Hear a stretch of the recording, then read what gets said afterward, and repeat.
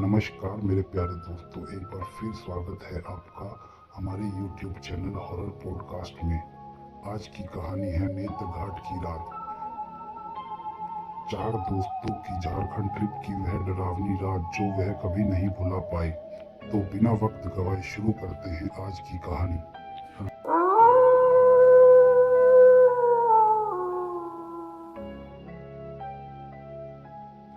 रांची से करीब 150 किलोमीटर दूर झारखंड के जंगलों में बसा एक हिल स्टेशन है नेत्रघाट। इसे छोटा नागपुर की रानी भी कहते हैं। खूबसूरत झरने, घने जंगल और वो मशहूर सनसेट पॉइंट। लेकिन इस कहानी में जो हुआ उसके बाद इन चारों दोस्तों ने कभी दोबारा वहां जाने की हिम्मत नहीं की। चार दोस्त थे, आदित्य, रोहन, प्रिया और साहिल। कॉलेज के बाद पहली बार सब मिलकर ट्रिप पर निकले थे। प्लान था रांची से गाड़ी लेकर नेत्रघाट जाना, 2 दिन वहां रुकना और वापस आना। मॉनसून खत्म हो चुका था, अक्टूबर का महीना था, मौसम बिल्कुल सुहाना था। सुबह 6 बजे रांची से निकले। रास्ता खूबसूरत, घुमावदार सड़कें, घने जंगल, बीच बीच में छोटे छोटे आदिवासी गांव। सब बहुत एक्साइटेड थे, गाने बज रहे थे, हंसी मजाक चल रहा था। लेकिन जैसे जैसे शाम होने लगी चीजें बदलने लगी।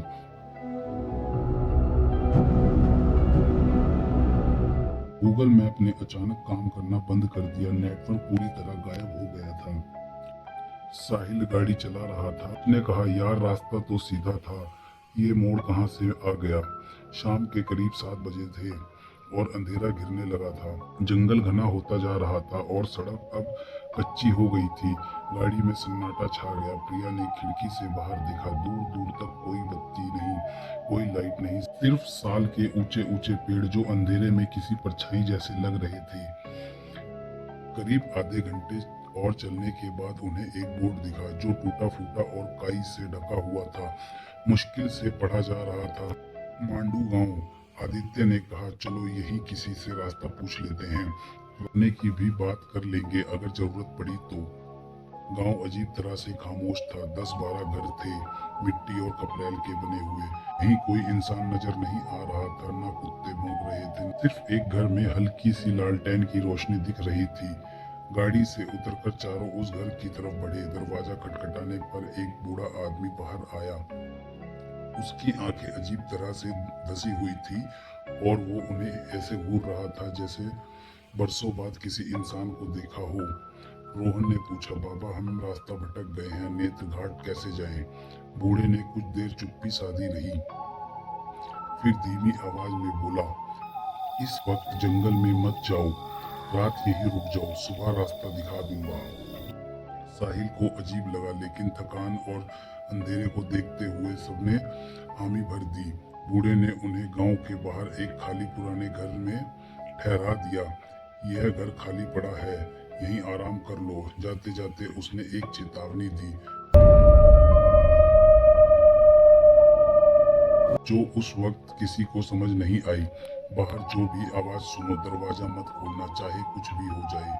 ये करीब 11 बजे थे। चारों दोस्त थके हुए जमीन पर बिछी दरी पर लेटे हुए थे। कमरे में एक पुराना लालटेन जल रहा था जिसकी रोशनी दीवारों पर अजीब सी परछाइयां बना रही थी। अचानक प्रिया की नींद खुली। उसे लगा जैसे बाहर से किसी के पैरों की आहट आ रही है, धीरे धीरे, जैसे कोई नंगे पांव मिट्टी पर चल रहा हो। उसने साहिल को जगाया। सब चुपचाप सुनने लगे। आवाज धीरे धीरे दरवाजे के पास आकर रुक गई। एक औरत की बहुत मीठी और मासूम आवाज आई, भैया दरवाजा खोल दो, मैं रास्ता भटक गई हूँ, बहुत डर लग रहा है।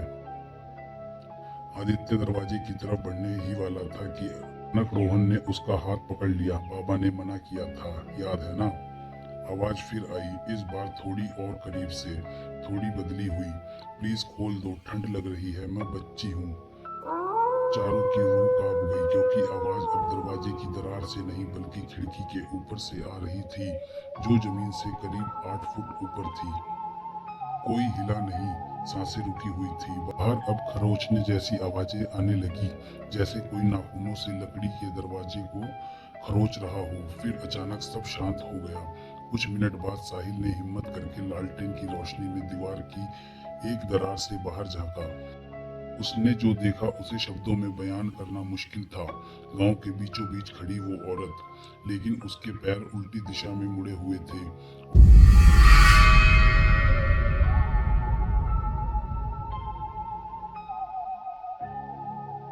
और उसका चेहरा पूरी तरह अंधेरे में डूबा हुआ था, सिवाय उसकी आंखों के, जो हल्की सफेद रोशनी की तरह चमक रही थी।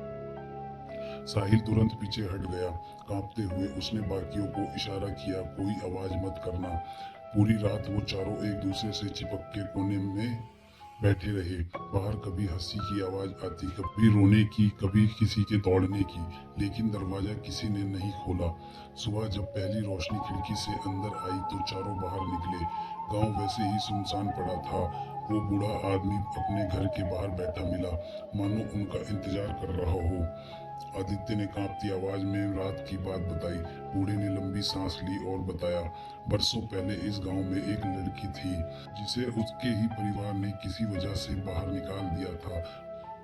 बारिश की रात में उसने गांव के हर घर का दरवाजा खटखटाया, मदद मांगी, लेकिन डर के मारे किसी ने दरवाजा नहीं खोला। सुबह वो जंगल के किनारे मरी मिली। तब से हर दिन कुछ महीनों में वो लौटती है और जो भी उसके लिए दरवाजा खोलता है वो कभी वापस नहीं आता। बूढ़े ने आगे कहा, इसलिए अब हम में से ज्यादातर लोग गांव छोड़ चुके हैं। जो रुके हैं वो जानते हैं, रात को दरवाजा किसी के लिए मत खोलो, चाहे कोई भी हो।